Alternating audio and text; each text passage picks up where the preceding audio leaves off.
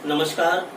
आज class 12th Hindi काव्यखंड का जो 5वां चैप्टर है सहर्ष स्वीकार है, गजानन माधव मुक्तिबोध जो रचनाकार है उनके द्वारा रचित ये पाठ है। जानते हैं मुक्तिबोध जी जो हैं उनकी कविताएं जो है सामान्यतः बहुत लंबी हैं।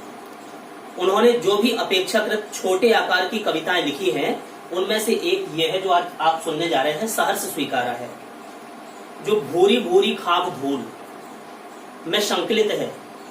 ये काव्य रचना भूरी भूरी खाक धूल में संकलित की गई है। एक होता है स्वीकारना और दूसरा होता है जो टाइटल आपका दिया गया है सहर्ष स्वीकारना, यानी खुशी खुशी होकर के स्वीकार कर लेना।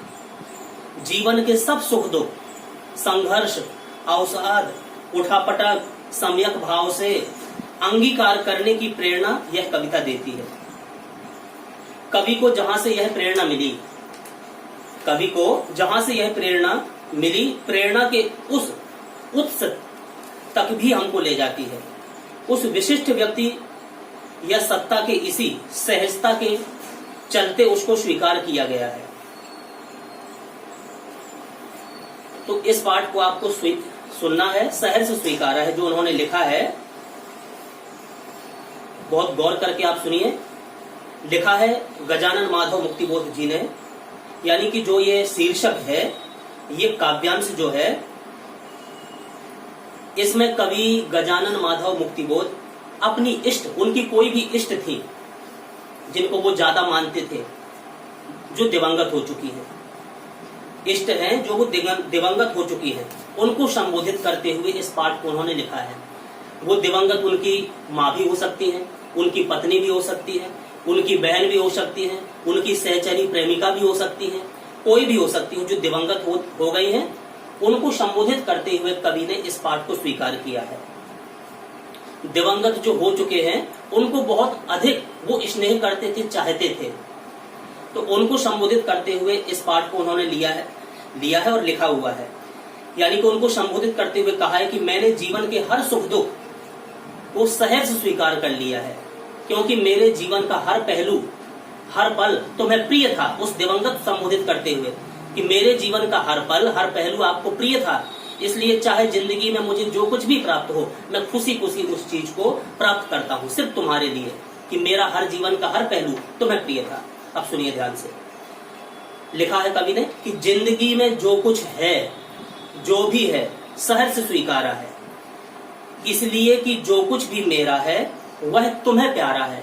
उसी अपने इष्ट को संबोधित करते हुए गजानन माधव मुक्तिबोध जी लिखते हैं, भली वो उनकी माँ हो या बहन हो या सहचरी प्रेमिका कोई भी हो, उसको इष्ट मानते हुए उन्होंने इस पाठ को लिखा है। क्या लिखा है? जिंदगी में जो कुछ भी है, जिंदगी में जो कुछ है, जो भी है, सहर्ष स्वीकारा है, इसलिए कि जो कुछ भी मेरा है वह तुम्हें प्यारा है।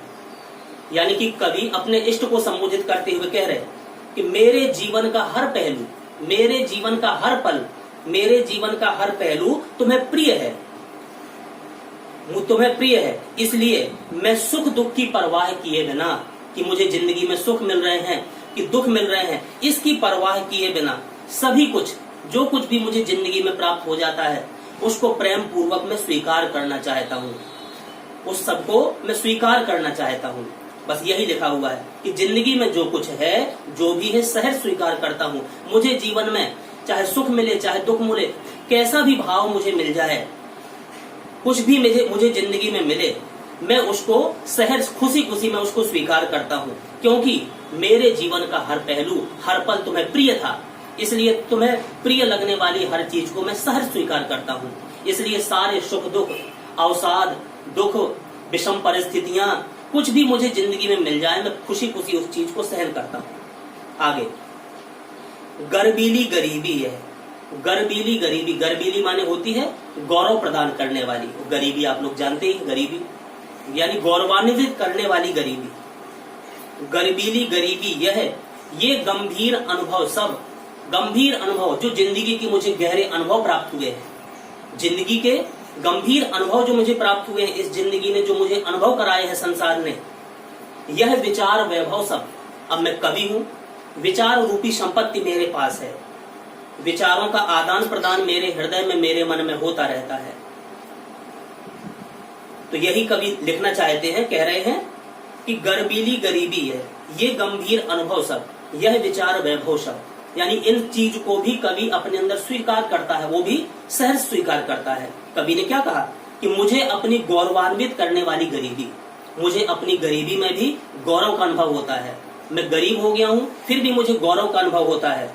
तो मुझे गौरवान्वित करने वाली मेरी गरीबी, सुख दुख में एक समान रखने वाले जीवन के गंभीर अनुभव हैं, जीवन के जो गंभीर अनुभव मुझे प्राप्त हुए हैं। अच्छा, और यह विचार वैभव सब, यानी कि काव्य रचना में करता हूँ। काव्य रचना करने, खोजी पत्रकारिता और समीक्षा के क्षेत्र में प्रयुक्त होने वाले विचार, जो ये सब कुछ मेरे पास है, इन पर मुझे गर्व है। मैं गर्व का अनुभव करता हूँ। क्यों करता है? क्योंकि ये सब तुम्हें प्रिय है, ये सब हे इष्ट तुम्हें प्रिय है। यानी कि हर पहलू जीवन का तुमको प्रिय है, इसलिए जो कुछ भी मुझे प्राप्त होता है, चाहे गरीबी हो, सुख दुख हो, गंभीर अनुभव हो समाज के, वो मैं सहज खुशी खुशी में स्वीकार करता हूं, क्योंकि ये सब तुम्हें प्रिय है। आगे, दृढ़ता यह, जीवन की सरता यह, अभिनव सब, मौलिक है, इसलिए कि पल पल में जो कुछ भी जागृत है, आपलक है, संवेदन तुम्हारा है। दृढ़ता माने होता है मजबूती, यानी कि मेरे जीवन का दृढ़ होना, मेरा जीवन दृढ़ हो गया है, मजबूत हो गया है, यानी कि दृढ़ता है। यानी कि कुछ भी चीज मुझे प्राप्त हो, मैं मजबूती से उसको सहन करता हूँ और सहन करने की क्षमता अपने अंदर रखता हूँ। दृढ़ता यह, भीतर की सरता यह, सरता माने होती है नदी को, भीतर माने अंदर की, यानी हृदय की, अंतरात्मा की सरिता। अभिनव शब्द, नए, अभिनव माने नए, लगातार जो नित नए मेरे अंदर विचार रूपी, भाव रूपी सरता बहती रहती है। मेरे अंदर जो विचार रूपी निरंतर सरता, यानी कि नदी बहती रहती है, वो क्या है? यानी कि कवि कहता है कि मेरे जीवन का दृढ़ होना, मेरे हृदय में नदी की तरह नित नए विचारों का प्रवाहित होना, इस मौलिकता का सारा श्रेय तुम्ही को है। यानी कि जो चीजें मुझे ये मिल रही हैं, इसकी मौलिकता का सारा श्रेय तुम्ही को जाता है। तुम्हारी संवेदना के द्वारा ही मुझे ये सब चीजें प्राप्त होती हैं। यानी कि दृढ़ता यह, भीतर की सरिता यह, अभिनव शब्द, मौलिक है, यानी कि मुझे ये मजबूती, यानी कि जीवन जीने की जो कला मिलती है, जीवन का दृढ़ होना, मेरे हृदय में नदी की तरह नित नए विचारों की का प्रवाहित होना, यह इस मौलिकता का सारा श्रेय तुम्ही को जाता है। आगे, इसलिए कि पल पल में, यानी कि प्रत्येक पल जो कुछ भी जागृत है, आपलक है, जागृत जो भी दिखाई देता है, आपलक है, संवेदन तुम्हारा है, क्योंकि तुम्हारी मौन लेकिन जागृत संवेदना ही मुझे प्रेरित करती है। मुझे जीवित रहने के लिए, जिंदा रहने के लिए, और ये सब कार्य करने के लिए, सारा कुछ सहन करने के लिए क्या है? तुम्हारी मौन लेकिन जागृत संवेदना ही मुझको प्रेरित करती है, इन कार्यों को कराती है। इसलिए मैं सहर्ष खुशी इन सारे कार्यों को करता जाता हूँ, क्योंकि मेरे जीवन का हर पहलू तुम्हें प्रिय है। आगे अपने हृदय की बारे में कवि बताना चाहता है। कवि कहता है, जो आगे पंक्तियां आने जा रही हैं, इसमें कवि कहता है कि जाने क्या रिश्ता है, जाने क्या नाता है, जितना भी उड़ेलता हूं भर फिर आता है। यानी कि मैं उस अनजान रिश्ते को आज तक समझ नहीं पाया। अपने इष्ट को संबोधित करते हुए कवि कह रहे हैं कि मैं उस अनजान, मेरा आपसे क्या नाता है, क्या रिश्ता है। आप तो दिवंगत होके चले गए, अब वो माँ भी है, बहन भी हो सकती, पत्नी भी हो सकती, कोई भी हो सकती है।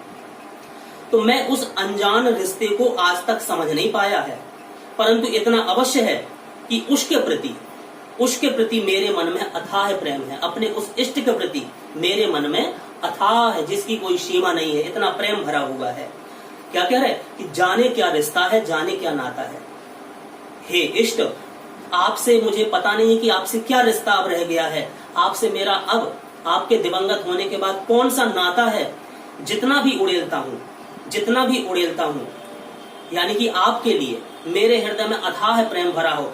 भरा हुआ है। जितना मैं उड़ेलता हूँ, जितना प्रेम करता हूँ समाज को, जितना प्रेम में मेरे हृदय से बाहर आता है, उतना और भर जाता है अंदर, और उतना प्रेम बढ़ता जाता है। इतना अवश्य कि उसके प्रति मेरे मन में अथाह प्रेम है। जितना मैं प्रेम उड़ेलता हूँ अपने हृदय से, समाज में प्रेम का विस्तार करता हूँ, उतना ही प्रेम की भावना मेरे हृदय में और विद्यमान हो जाती है। वो जाने कहां से आ जाती है, मुझे पता ही नहीं चलता। तो इसको देखते हुए कवि कहता है कि मुझे ऐसे लगता है कि प्रेम समाप्ति ही नहीं होता है। तो मुझे ऐसे लगता है कि दिल में क्या झरना है, दिल में क्या झरना है, मीठे पानी का सोता है।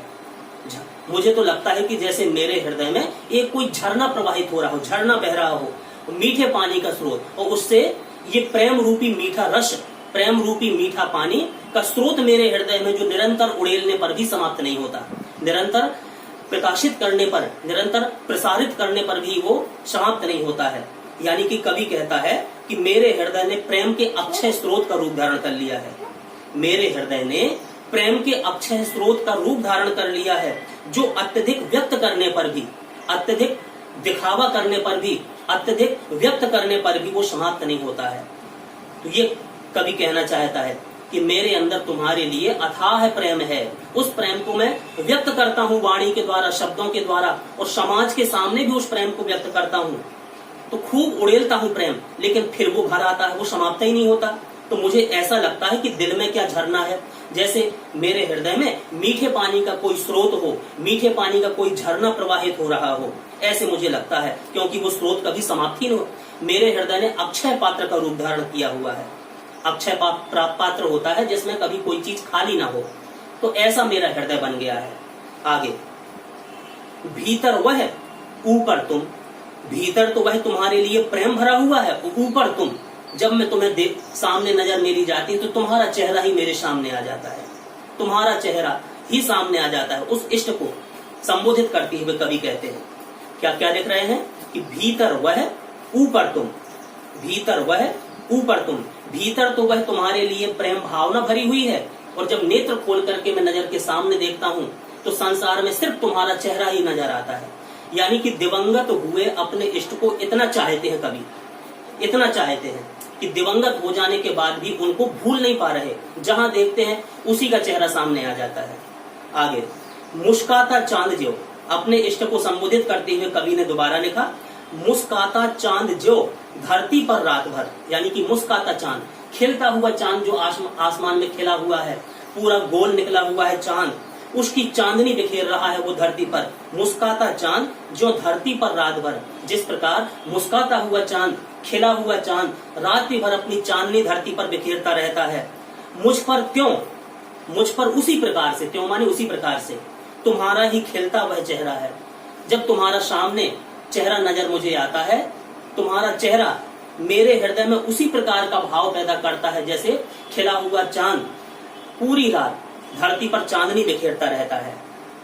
यानी कि कवि के कहने का आशय यह है कि जिस तरह चंद्रमा रात भर, जिस तरह चंद्रमा रात भर अपनी मधुर शीतल चांदनी से, मधुर और शीतल चांदनी से पृथ्वी को तृप्त करता है, पृथ्वी को संतुष्ट करता रहता है रात भर, उसी तरह तुम्हारा भी ये हंसमुख चेहरा, तुम्हारा वो हंसमुख चेहरा मुझे निरंतर प्रेम भाव से, वह तुम्हारा हंसमुख चेहरा उस चंद्रमा की भांति, तुम्हारा वो हंसमुख चेहरा मुझे निरंतर प्रेम भाव से युक्त रखता है। अर्थात मेरे जीवन को तुम्हारा प्रेम भाव ही तृप्त करता रहता है, मेरे हृदय को तुम्हारा प्रेम भाव ही तृप्त करता रहता है।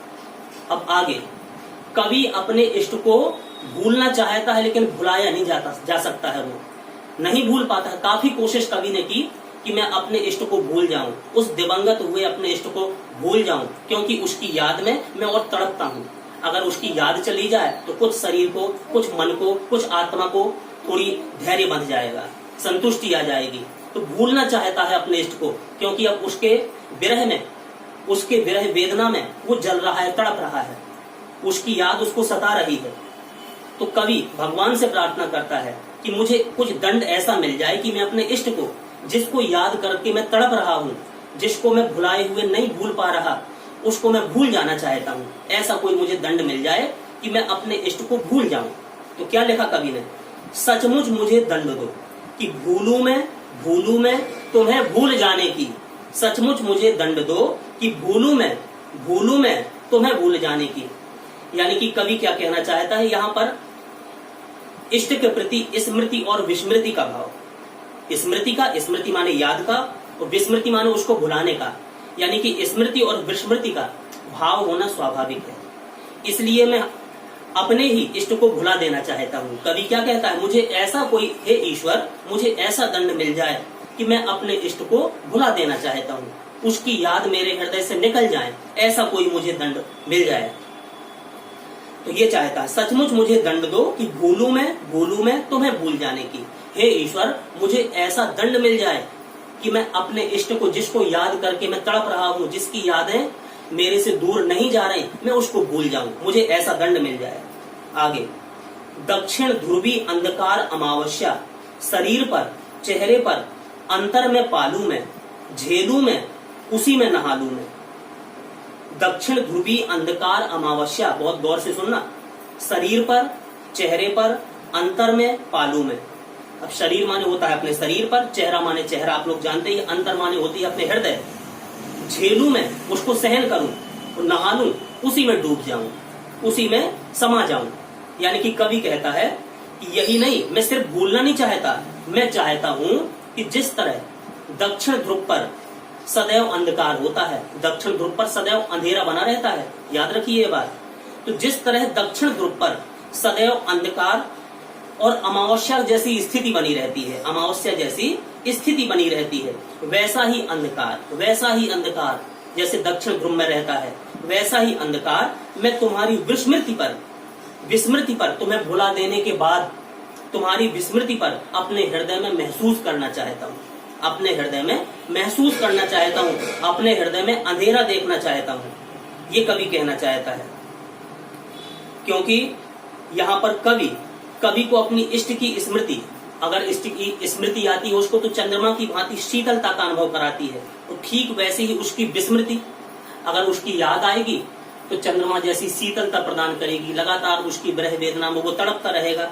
और विस्मृति अगर हो जाएगी तो विस्मृति में वो घने अंधेरे का आभास चाहते कि घना अंधकार हो जाए, मैं उस अंधकार में विलीन हो जाऊं, ऐसा चाहता है। यानी कि अपने इष्ट को भूल जाने का प्रभाव आगे क्या कहता है, यानी कि दक्षिण ध्रुवी अंधकार अमावस्या, शरीर पर चेहरे पर अंतर में पालू में। यानी कि मैं तुम्हें भूल जाऊं, हे ईश्वर मुझे ऐसा दंड दो कि मैं अपने इष्ट को भूल जाऊं। और जैसे दक्षिण ध्रुव पर हमेशा अंधकार अमावस्या की भांति बना रहता है, वैसा ही अंधेरा मैं अपने शरीर पर, चेहरे पर और हृदय में प्राप्त करना चाहता हूँ। उस अंधकार को मैं सहन करना चाहता हूँ, उस विरह को, यानी कि उस विस्मृति को, यानी कि आपके भूल जाने के बाद मैं उसको सहन करना चाहता हूँ, और उसी अंधकार में मैं नहा लूं, यानी कि डूब जाना चाहता हूँ, उसी में खो जाना चाहता हूँ।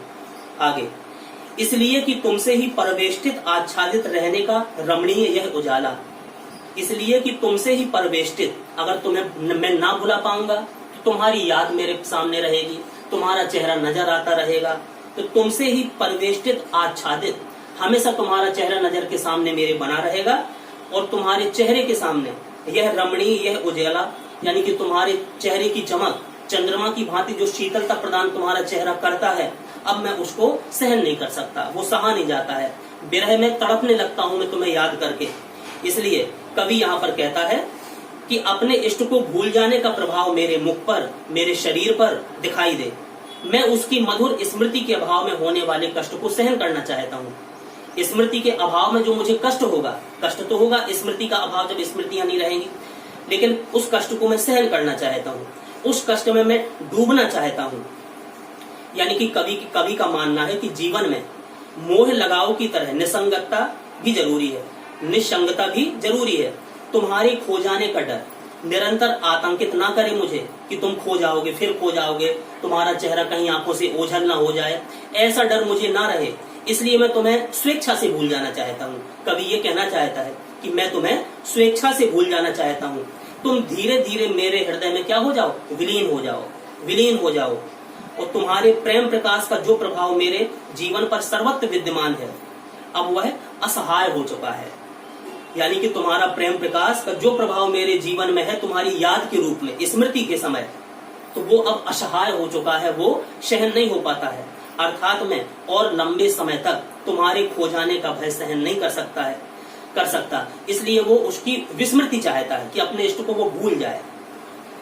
अच्छा, आगे, ममता के बादल की मणराती कोमलता भीतर कराती है। ममता के बादल की मणराती कोमलता भीतर पिराती है, कमजोर और अक्षम हो गई है आत्मा यह, छटपटाती छाती को भवितव्यता डराती है, बहलाती सहलाती आत्मीयता बर्दाश्त नहीं होती है। अब सुनना यहां से, ममता के बादल की, यानी कि यह ममता वही व्यवहार कवि अपने इष्ट को संबोधित करते हुए फिर कहता है, ममता के बादल की मणराती कोमलता भीतर पिराती है, यानी कि यह तुम्हारा ममतामयी व्यवहार जो तुमने मुझे प्रदान किया, जो मुझे तुमसे प्राप्त हुआ है, ये ममतामयी व्यवहार अब मेरे हृदय को ये असह्य, जिसको सहन करना अब मेरे सामर्थ्य से दूर है, ये असहाय पीड़ा पहुंचा रहा है मुझे। यानी कि यह ममतामयी व्यवहार जो मुझे तुमसे प्राप्त हुआ है, मेरे हृदय को असहाय पीड़ा पहुंचा रहा है, इसलिए मैं तुम्हें भुलाकर उस पीड़ा का अंत करना चाहता हूँ। तुम्हें भुलाकर अंत करना चाहता हूँ उस पीड़ा का जो मुझे कष्ट होता है। ममता के बादल की मणराती कोमलता भीतर पर आती है, जो ममतामयी व्यवहार, स्नेह, प्रेम, भाव, संवेदनाएं जो तुमसे मुझे प्राप्त हुई हैं, अब उनको याद करके मुझे बहुत कष्ट होता है, इसलिए मैं अब उनका अंत करना चाहता हूँ, इसलिए मैं तुम्हारी विस्मृति चाहता हूँ, तुम्हें भुला देना चाहता हूँ। आगे, कमजोर और अक्षम हो गई आत्मा यह, अब मेरी आत्मा जो है, मेरी शक्ति है, बिल्कुल कमजोर हो गई है। कमजोर और अक्षम, किसी कार्य करने में अब समर्थ नहीं रही मेरी आत्मा, बहुत कमजोर हो गई है। छटपटाती छाती को भवितव्यता डराती है। भवितव्यता, भावी, भविष्य में होने वाला। अच्छा, मेरी अशक्त आत्मा भी अब इस प्रेम भाव को बर्दाश्त नहीं कर पाती है, क्योंकि भविष्य में होने वाले दुखों को याद करके कि अगर तुम्हारी स्मृति बनी रहेगी तो मैं और दुखी होता रहूंगा, तो भविष्य में होने वाले दुखों को याद करके मैं सिहर उठता हूँ, मुझे मेरा शरीर कंपन करने लगता है। आखिर कभी ना कभी तो तुम्हें भूलना ही होगा, इसलिए छटपटाती छाती को भवितव्यता डराती है, बहलाती सहलाती आत्मीयता बर्दाश्त नहीं होती। तुम्हें याद करके तुम्हारा बहलाना, तुम्हारा ये सहलाना, तुम्हारी ये आत्मीयता, ये प्रेम भरा व्यवहार अब मुझे बहुत परेशान करता है, बहुत कष्ट देता है, इसलिए आगे तो तुम्हें भूलना ही है। तुम्हारी ऐसी यादें अगर बनी रहेंगी, तुम्हें हम विस्मृत न करेंगे, हमेशा स्मृति तुम्हारी बनी रहेगी, तो हमें अपार कष्ट होता रहेगा, और भविष्य में आने वाले कष्ट को सोच करके मेरी आत्मा सिहर उठती है, कांपने लगती है। तो मुझे भविष्य में सोच करके और डर लगता है कि आगे क्या होगा, अभी ये हाल है। अब आगे कवि कहता है, सचमुच मुझे दंड दो कि हो जाऊं पाताली अंधेरी ही गुहाओं में, विवरों में, धुएं के बादलों में, बिल्कुल मैं लापता। अब कवि चाहता है अपने इष्ट से, हे इष्ट या हे ईश्वर, भगवान को भी संबोधित कर सकता है कि हे ईश्वर, हे मेरे इष्ट, उसी इष्ट से दिवंगत जो हो चुकी है, पत्नी या माता या बहन या सहचरी, कोई भी वो हो सकती है। वो क्या चाहता है, उनसे प्रार्थना करता है कि सचमुच मुझे दंड दो कि हो जाऊं पाताली अंधेरी की गुफाओं में, विवरों में, धुएं के बादलों में, बिल्कुल मैं लापता। हे इष्ट, मुझे ऐसा दंड दे दो कि मैं सचमुच मुझे दंड दो कि हो जाऊं मैं पाताल की अंधेरी गुफाओं में, सुराखों में, छिद्रों में बिल्कुल लापता हो जाऊं। उस अंधेरी गुफाओं में, जो बड़ी बड़ी गुफाएं हैं पाताल की, उन पाताली गुफाओं में, विवरों में, सुराखों में, छिद्रों में मैं बिल्कुल समा जाऊं, उन्हीं में लापता हो जाऊं, उस अंधकार में मैं डूब जाऊं कि तुम्हारी याद ना आए। उस पाताली अंधी गुफाओं को मैं चाहता हूं, यानी कि तुम्हारी स्मृति अब मैं नहीं चाहता, तुम्हें बिल्कुल भुला देना चाहता हूं। और मैं क्या चाहता हूं, धुएं के बादलों में बिल्कुल मैं लापता।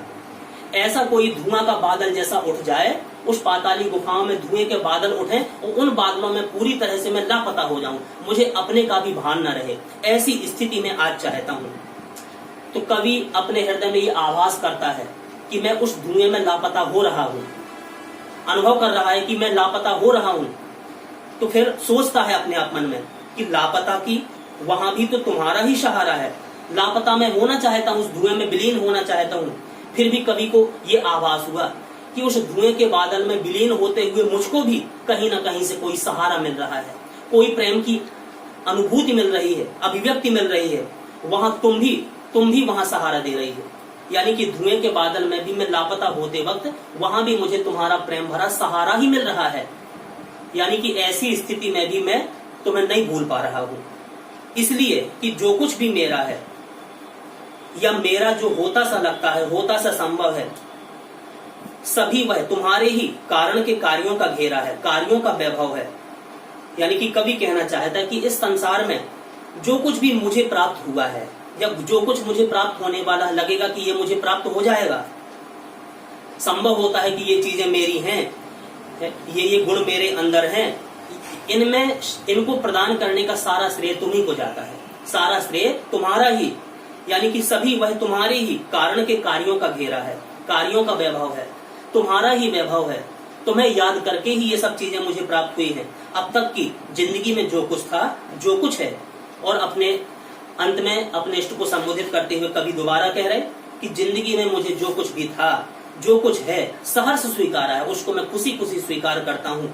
क्योंकि इसलिए कि जो कुछ भी मेरा है, कि संसार में मुझे जो कुछ भी प्राप्त होता है, मेरा जीवन का हर पहलू तुम्हें प्रिय है, इसलिए मैं तुम्हें कष्ट में नहीं देखना चाहता, इसलिए उन सब चीजों को मैं सहर्ष स्वीकार करना चाहता हूँ। यानी कि इस व्याख्या में अभी कवि ने यह बताया, कवि अपने इष्ट को संबोधित करते हुए कहते हैं कि वास्तव में तुम्हें भूलना चाहता हूँ। मेरी हार्दिक इच्छा है कि तुम्हारी विस्मृति रूपी, तुम्हारी विस्मृति रूपी पाताली गुफाओं में मैं खो जाऊं, पाताल की गुफाओं में खो जाऊं। भले ही वह दंड पाकर मुझे कष्ट होगा दंड पाकर तुम्हें भूलने के बाद, फिर भी मैं तुम्हारी विस्मृति रूपे धुएं के बादलों में खो जाना चाहता हूँ। धुएं के बादलों में भी मैं खो जाना चाहता हूँ, लेकिन ये क्या, इन विस्मृति के बादलों में भी, विस्मृति के बादलों में भी, तुम्हारी भूलने के बादलों में भी, वहां पर मुझे तुम्हारा ही सहारा मिल रहा है। उस विस्मृति के बादलों में तुम्हारा ही सहारा मिल रहा है। अर्थात यहाँ की तुम्हारी मधुर स्मृति मेरे हृदय में महसूस हो रही है। यानी कि विस्मृति का भाव भी उठा रहा कवि, फिर भी वहां उसकी स्मृति का आभास हो रहा है। तो उस विस्मृति के भाव में भी तुम्हारी मधुर स्मृति मेरे हृदय में महसूस हो रही है। अतः मैं ये अनुभव कर रहा हूँ कि मेरे जीवन में जो भी कुछ सुख दुख, अंधकार प्रकाश विद्यमान है, सभी कुछ तुम्हारे कारण संभव हुआ है। सुख दुख, जीवन का हर पहलू तुम्हारे कारण ही मुझे संभव हुआ है। अतः मैं हर स्थिति को तुम्हारी खुशी के लिए, तुम्हें प्रसन्न रखने के लिए सहज स्वीकार करता चल रहा हूँ। तो ये पाठ आपको समझ में आया होगा। इसको यहीं समाप्त करते हैं। धन्यवाद।